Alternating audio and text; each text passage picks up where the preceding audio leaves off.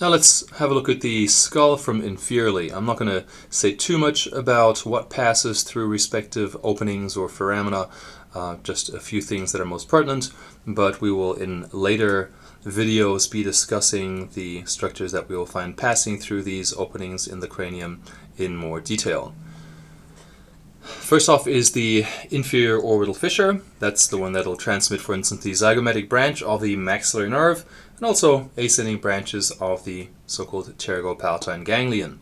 Then we have the greater palatine foramen and the lesser palatine foramen. As you may anticipate, these will be transmitting the respective greater and lesser palatine nerves and arteries.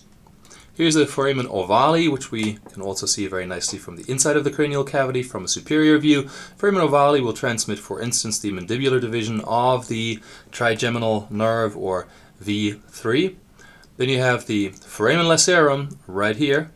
You can see it's a more or less triangular hole. It's in the base of the skull, and it's somewhere in between the sphenoid, the apex of the petrous part of the temporal and the basilar part of the occipital bones. This foramen is filled with cartilage after birth.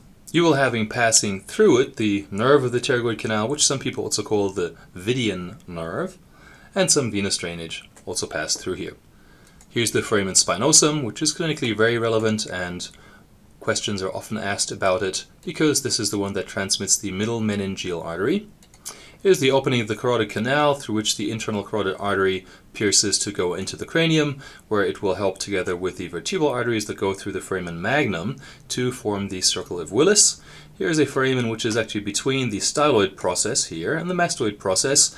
Also, we will call that the stylomastoid foramen, and passing through that is very importantly our facial nerve. Then we have our jugular foramen here for the passage of the internal jugular vein, and cranial nerves number 9, 10, and 11.